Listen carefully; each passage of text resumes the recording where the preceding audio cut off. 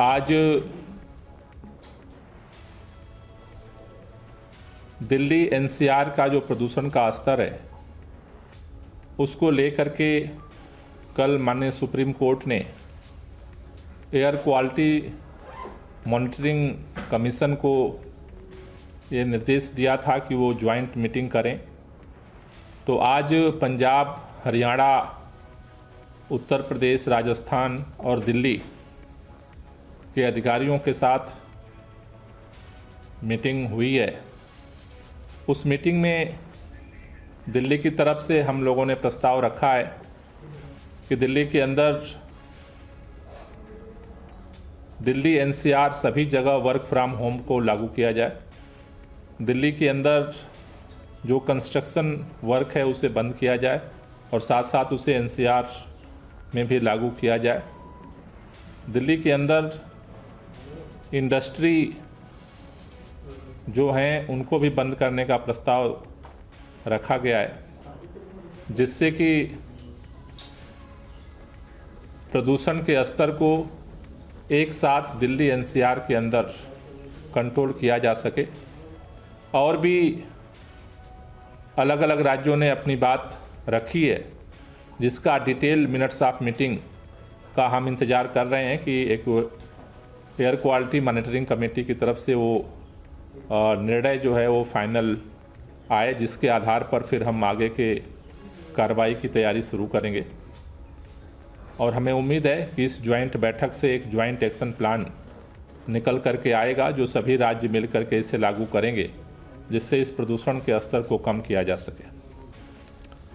दूसरा पॉइंट, कल दिन भर इस बात पे बहस होती रही, एक्सपर्ट्स के बीच में, मीडिया के बीच में, लोगों के बीच में, कि दिल्ली के अंदर जो प्रदूषण का स्तर है उसमें पराली का कितना कंट्रीब्यूशन है।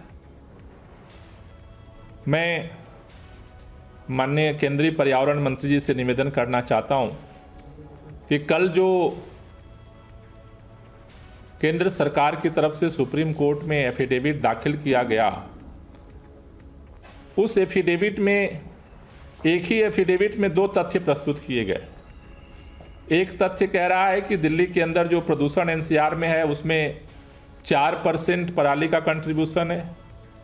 दूसरा जो फैक्ट उसी एफिडेविट में एक ही साथ कह रहा है कि एक दिन पहले मीटिंग हुई और इस लोगों ने बताया कि दिल्ली के अंदर जो पोल्यूशन है उसमें पराली का कंट्रीब्यूशन 35 से 40% है। एक ही एफिडेविट 4% भी कह रहा है और 40% भी कह रहा है। या तो 4% सही है या 40% सही है, दोनों सही नहीं हो सकता।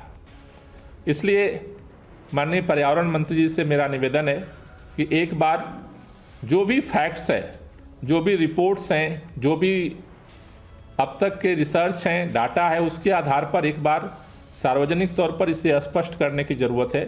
क्योंकि अगर 4% को लेकर के स्ट्रेटजी बनेगी उसके परिणाम अलग होंगे और 40% को लेकर के स्ट्रेटजी बनेगी तो उसके परिणाम अलग होंगे। इसलिए इस पर एक स्पष्टता ज़रूरी है माननीय सुप्रीम कोर्ट के सामने भी और सभी लोगों के सामने, जिससे कि एक सही रणनीति बनाई जा सके।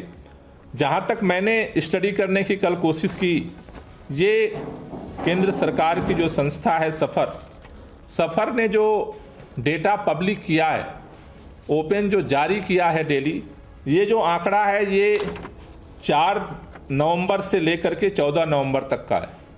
4 नवंबर को दिवाली थी और 4 नवंबर से 14 नवंबर तक का ये डेटा है।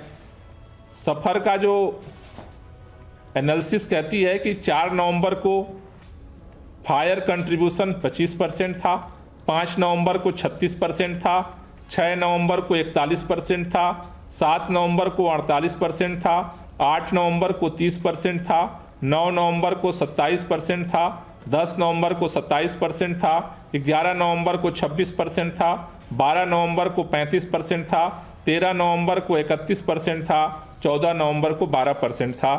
ये उन्होंने जो डेटा सार्वजनिक किया वो डेटा है। अगर इस डेटा का इन 10 दिनों के 4 से और 14 तक के डेटा का एवरेज भी निकाला जाए तो वो भी लगभग 31% होता है, सभी दिनों का एवरेज अगर हम निकालें तो ये डेटा भी केंद्र सरकार का है। 4% का डेटा जो उन्होंने सबमिट किया कोर्ट के अंदर, वो भी केंद्र सरकार ने सबमिट किया। उन्होंने उसी एफिडेविट में जो 35 से 40% लिखा, वो भी केंद्र सरकार ने किया। तो मेरा निवेदन है केंद्रीय पर्यावरण मंत्री से कि एक बार इसकी स्थिति को स्पष्ट करना चाहिए, जिससे कि प्रदूषण को लेकर के सही रणनीति बन सके और आगे हम सब मिल करके इसको लेकर के इसके समाधान की तरफ तात्कालिक और अस्थायी भी समाधान निकाल सकें। तो ये स्पष्टता बहुत ज़रूरी है, क्योंकि कल से ये कन्फ्यूजन बना हुआ है सभी लोगों के बीच में कि क्या फैक्ट है।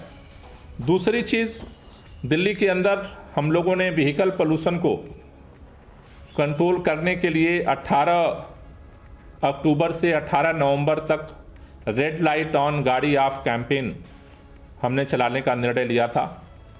18 तारीख को वो महीना पूरा होने जा रहा है।